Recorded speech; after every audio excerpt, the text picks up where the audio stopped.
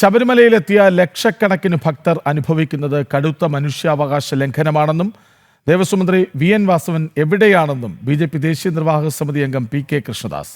ബി.ജെ.പിയുടെ ഒരു പ്രതിനിധി സംഘം ഉടൻ തന്നെ ശബരിമല സന്ദർശിച്ച് റിപ്പോർട്ട് തയ്യാറാക്കും. ശബരിമലയിലെ കേന്ദ്ര സർക്കാരിന്റെ ഇടപെടൽ ഉറപ്പുവരുത്താനുള്ള ശ്രമങ്ങൾ ആരംഭിച്ചുവെന്നും പി.കെ. കൃഷ്ണദാസ് വാർത്താസമ്മേളനത്തിൽ അറിയിച്ചു.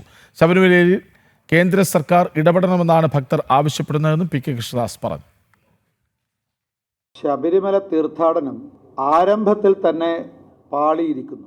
മുന്നൊരുക്കങ്ങൾ ഒന്നും തന്നെ നടത്താത്തതാണ് തീർത്ഥാടനം ആരംഭത്തിൽ തന്നെ പാളിപ്പോകാനുള്ള അടിസ്ഥാനപരമായ കാരണം. ശബരിമല തീർത്ഥാടനത്തിൻ്റെ ചരിത്രത്തിൽ ആദ്യമായിട്ടാണ് മുന്നൊരുക്കങ്ങളൊന്നും നടത്താത്ത ഒരു തീർത്ഥാടനം. മുന്നൊരുക്കങ്ങളിൽ പലപ്പോഴും പരാതികളും പരിഭവങ്ങളും ഉണ്ടാകാറുണ്ട്.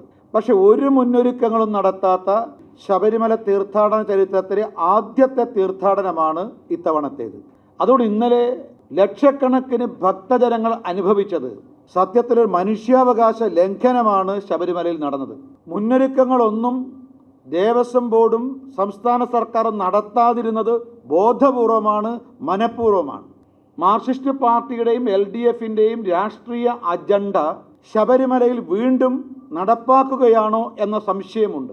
ഏതായാലും ഈ സംഭവം ശബരിമലയിൽ ഇപ്പോൾ നടക്കുന്നത് കയ്യും കെട്ടി നോക്കി നിൽക്കാൻ ഭാരതീയ ജനതാ പാർട്ടിക്ക് സാധ്യമല്ല. അതുകൊണ്ട് തന്നെ കേന്ദ്ര സർക്കാരിൻ്റെ ഇടപെടൽ, ശബരിമലയിൽ കേന്ദ്ര സർക്കാരിൻ്റെ ഇടപെടൽ ഉറപ്പുവരുത്താൻ ഭാരതീയ ജനതാ പാർട്ടി ശ്രമം ആരംഭിച്ചിട്ടുണ്ട്. അത് വിജയിക്കുമെന്നാണ് ഞങ്ങൾ പ്രതീക്ഷിക്കുന്നത്. കേരളത്തിലെ ഏറ്റവും പ്രധാനപ്പെട്ട തീർത്ഥാടന കേന്ദ്രമായ ശബരിമലയിലെ തീർത്ഥാടകന്മാർക്ക് പ്രാഥമിക സൗകര്യങ്ങൾ ഒരുക്കുന്നതിൽ പോലും ദേവസ്വം ബോർഡും സംസ്ഥാന സർക്കാർ മനഃപൂർവ്വമായ വീഴ്ച വരുത്തിയിരിക്കുകയാണ്. മുന്നൊരുക്കങ്ങളിൽ നിന്ന് ദേവസ്വം ബോർഡും സംസ്ഥാന സർക്കാരും ഇത്തവണ പൂർണ്ണമായും പിന്മാറിയിരിക്കുകയാണ്. അത് യാദൃശ്ചികമല്ല, വളരെ ബോധപൂർവമാണ് എന്നുള്ളതാണ് ഭാരതീയ ജനതാ പാർട്ടിയുടെ ഗുരുതരമായിട്ടുള്ള ആരോപണം.